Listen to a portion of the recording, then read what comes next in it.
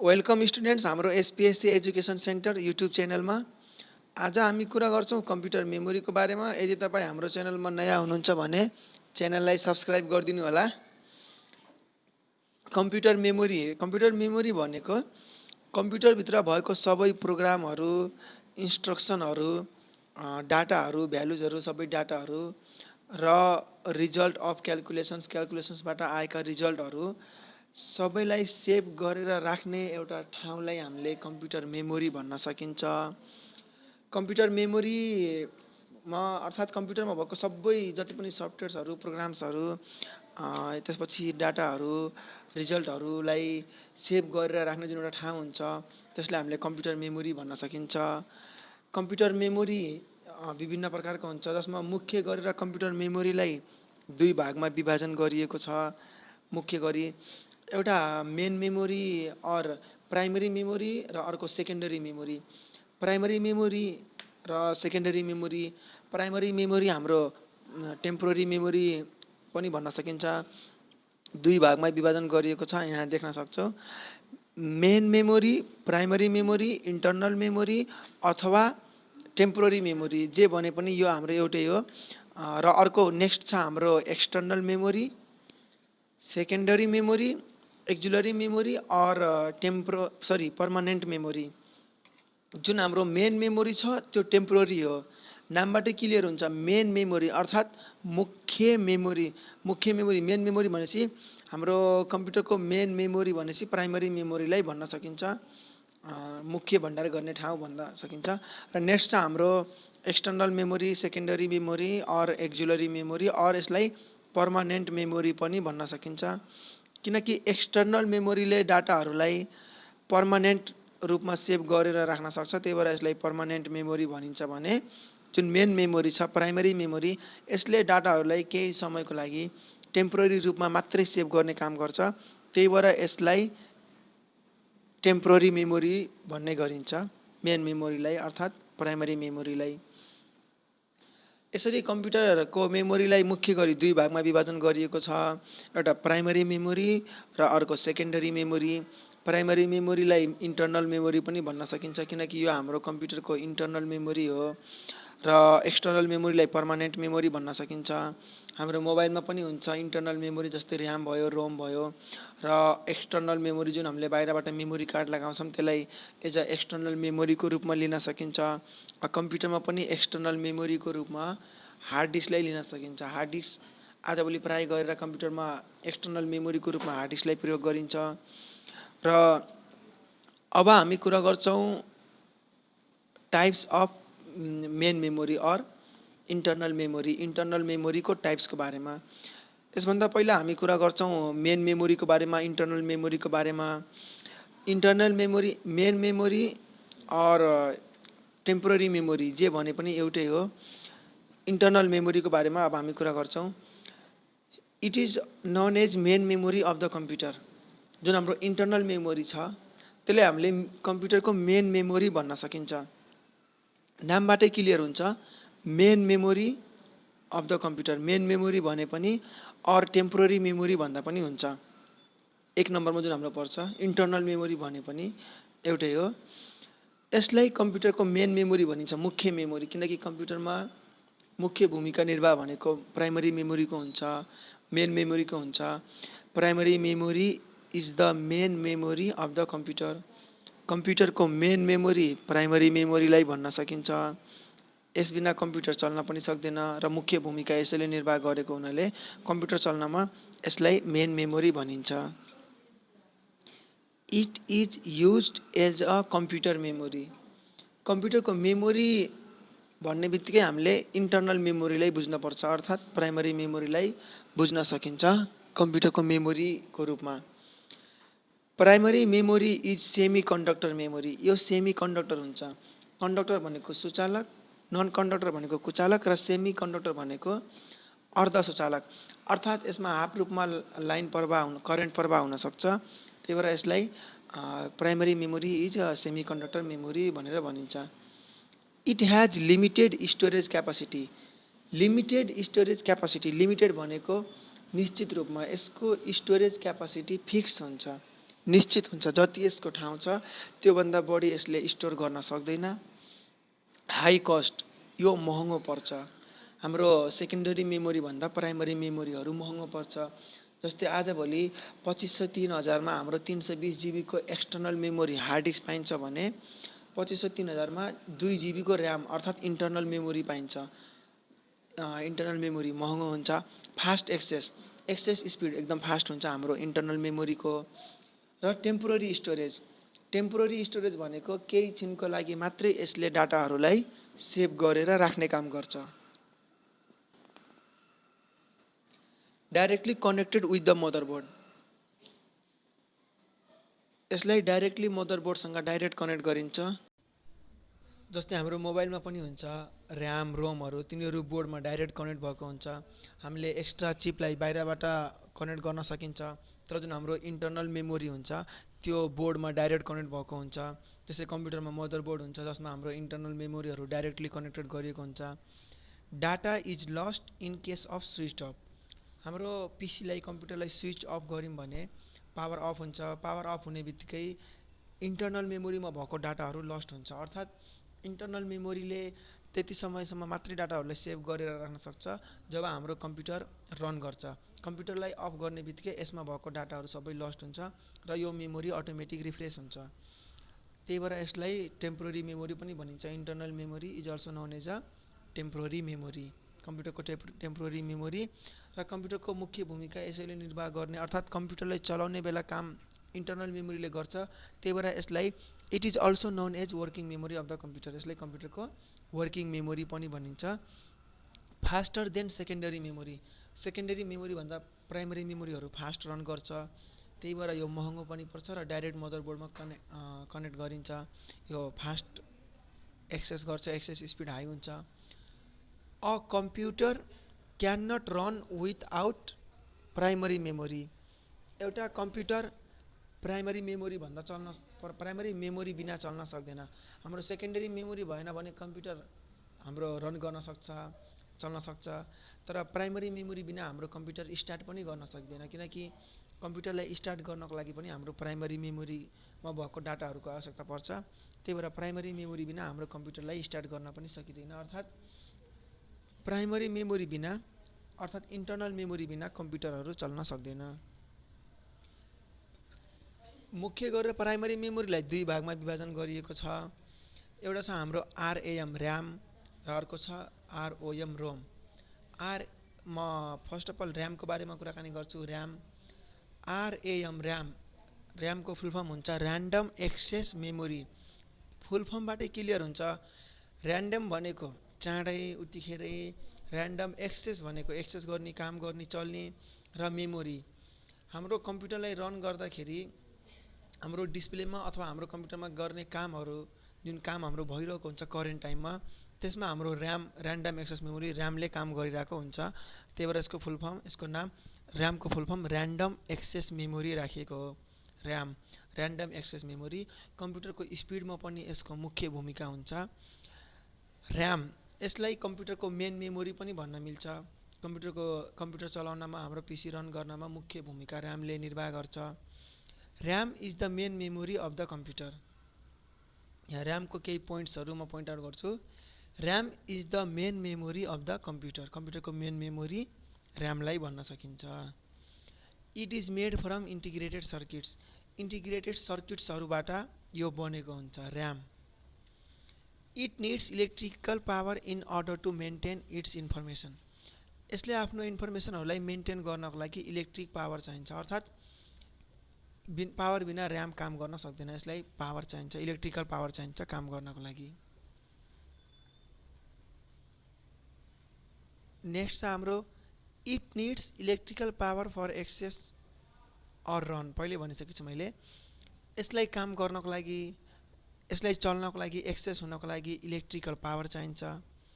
When power is lost then all information of RAM is lost, जब power lost हुन्छ ऱ्याममा भएको सबै इन्फर्मेसनहरू लस्ट हुन्छ। हाम्रो इन्टर्नल मेमोरीमा भएको पोइन्ट्सहरू यसमा आउँछ, किनकि ऱ्याम पनि एउटा इन्टर्नल मेमोरीको टाइप्स हो। जब पावर लस्ट हुन्छ ऱ्याममा भएको सबै इन्फर्मेसनहरू अटोमेटिक लस्ट हुन्छ र यो अटोमेटिकली रिफ्रेस हुन्छ। It is directly connected with the motherboard. Next भिडियोमा म फोटो पनि सो गरिदिन्छु। यो ऱ्याम डाइरेक्ट मदरबोर्डमा कनेक्ट गरिन्छ यसलाई।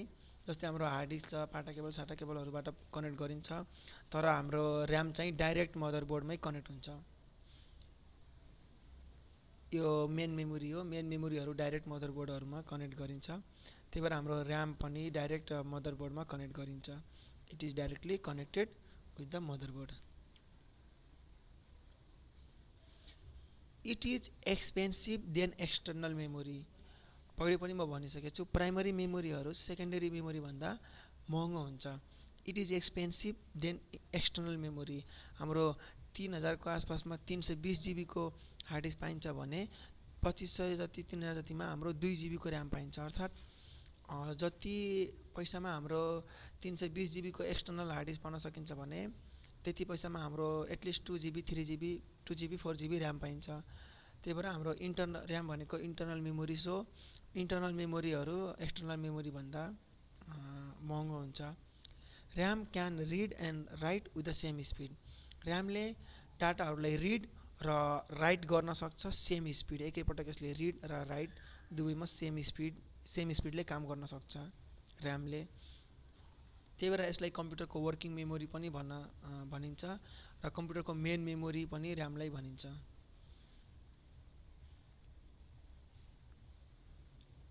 अब छ टाइप्स अफ ऱ्याम। म फेरि पनि ऱ्यामको बारेमा सर पोइन्टहरू भन्छु। RAM is the main memory of the computer. कम्प्युटरको मेन मेमोरी हो, इन्टिग्रेटेड सर्किटबाट बनेको हुन्छ।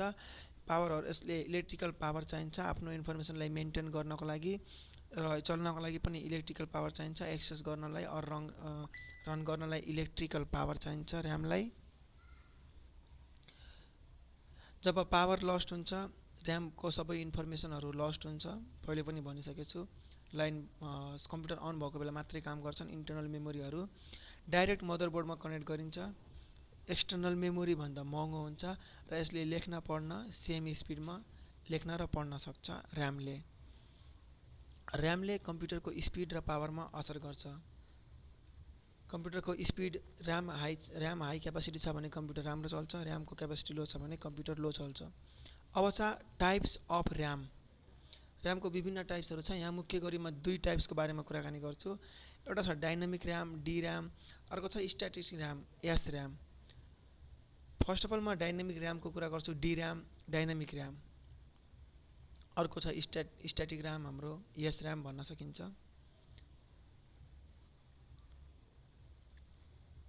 डाइनामिक ऱ्याम र स्ट्याटिक ऱ्याम। हाम्रो ऱ्याम विभिन्न प्रकारको हुन्छ। मुख्य गरी यहाँ 2 भागको बारेमा म आज चर्चा गर्छु। Dynamic RAM, it has short data life time. यसको जुन डाटा सेभ गरेर राख्ने लाइफ टाइम हो एकदमै सर्ट हुन्छ। के को तुलनामा भन्दाखेरि स्ट्याटिक ऱ्यामको तुलनामा। Need to be refresh continuously. यसलाई कन्टिन्युअसली रिफ्रेस गर्नुपर्छ। जुन हाम्रो डाइनामिक ऱ्याम छ यो कन्टिन्यू रिफ्रेस भइरहन्छ र यस्तै कन्टिन्यू रिफ्रेस भएको कारणले गर्दा यो स्ट्याटिक ऱ्याम भन्दा स्लो पनि हुन्छ। लेस एक्सपेन्सिभ, यो सस्तो पर्छ। के को तुलनामा भन्दाखेरि in the comparison of static RAM. Static ऱ्यामको तुलनामा यो सस्तो पर्छ र लेस पावर कन्जप्सन भनेको पावर थोरै खान्छ। हाम्रो डाइनामिक ऱ्यामले डी ऱ्यामले थोरै पावर खान्छ। इट युजेस ट्रान्जिस्टर एन्ड क्यापासिटरको युजबाट बनेको हुन्छ। The access speed of D RAM range from 50 देखि 150 न्यानो सेकेन्ड। एनएस भनेको न्यानो सेकेन्ड। डी ऱ्याम 50 देखि 150 न्यानो सेकेन्डमा काम गर्छ। यो यसको एक्सेस स्पिड भयो 50 देखि 150 न्यानो सेकेन्ड। यो थियो हाम्रो डी ऱ्यामको। अब आयो S RAM. S RAM is bigger than D RAM. S RAM D RAM भन्दा ठुलो हुन्छ। More power is required than D RAM. अब जब एस ऱ्याम डी ऱ्याम भन्दा ठुलो भयो भने पावर पनि धेरै खाने भयो। So more power is required than D RAM. D RAM भन्दा धेरै पावर पनि खान्छ एस ऱ्यामले। Static RAM is faster than dynamic RAM. यो डाइनामिक ऱ्याम भन्दा फास्टर हुन्छ। किनभने हाम्रो dynamic RAM D RAM continue refresh भइरहन्छ र एस ऱ्याम कन्टिन्यू रिफ्रेस हुँदैन। त्यसैले गर्दा कन्टिन्यू रिफ्रेस नभएको कारणले गर्दा एस ऱ्याम चाहिँ हाम्रो डी ऱ्याम भन्दा फास्ट हुन्छ। S RAM memory has more parts so it takes more space on a chip. एसर्यामको पार्ट पूर्जाहरू पनि धेरै हुन्छ। धेरै पार्ट पूर्जा भएको कारणले यसको साइज पनि ठुलो हुन्छ। त्यसैले यसले कम्प्युटरमा धेरै चिपमा धेरै स्पेस पनि लिन्छ र यसको एक्सेस स्पिड पनि हाई हुन्छ र धेरै पावर पनि खान्छ किनकि यसको साइज ठुलो भएको कारणले। It does not continue refresh आवश्यक छैन यसलाई। So it is faster than DRAM. Continue refresh गर्न नपरेको कारणले गर्दा यो एसर्याम डिराम भन्दा फास्ट हुन्छ। म पहिला पनि भनिसकेको छु। डिरामलाई कन्टिन्यू रिफ्रेस हुनपर्छ, त्यही भएर यो स्लो छ, र एसर्याम कन्टिन्यू रिफ्रेस गर्न पर्दैन, त्यही भएर डिराम भन्दा फास्ट हाम्रो एसर्याम छ। SRAM static RAM is faster than dynamic RAM drum.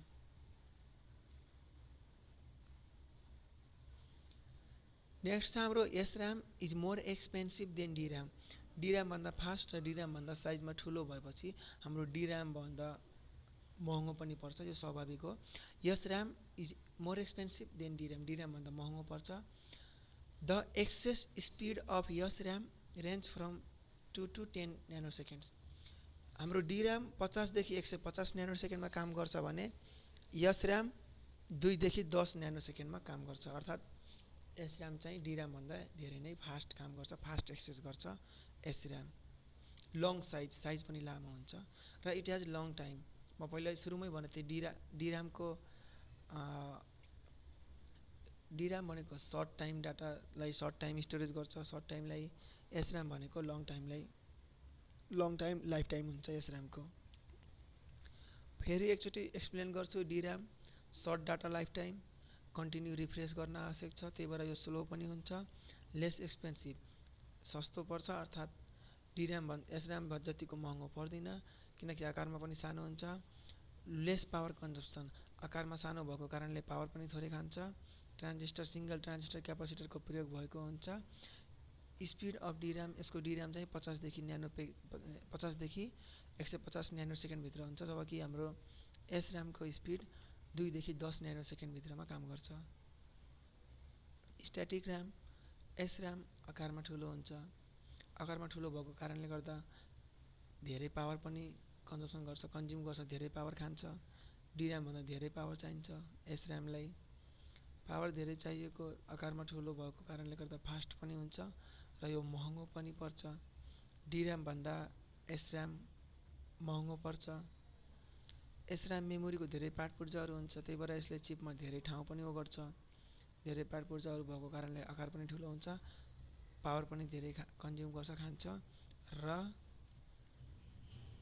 महँगो पनि पर्छ एसर्याम डिराम भन्दा।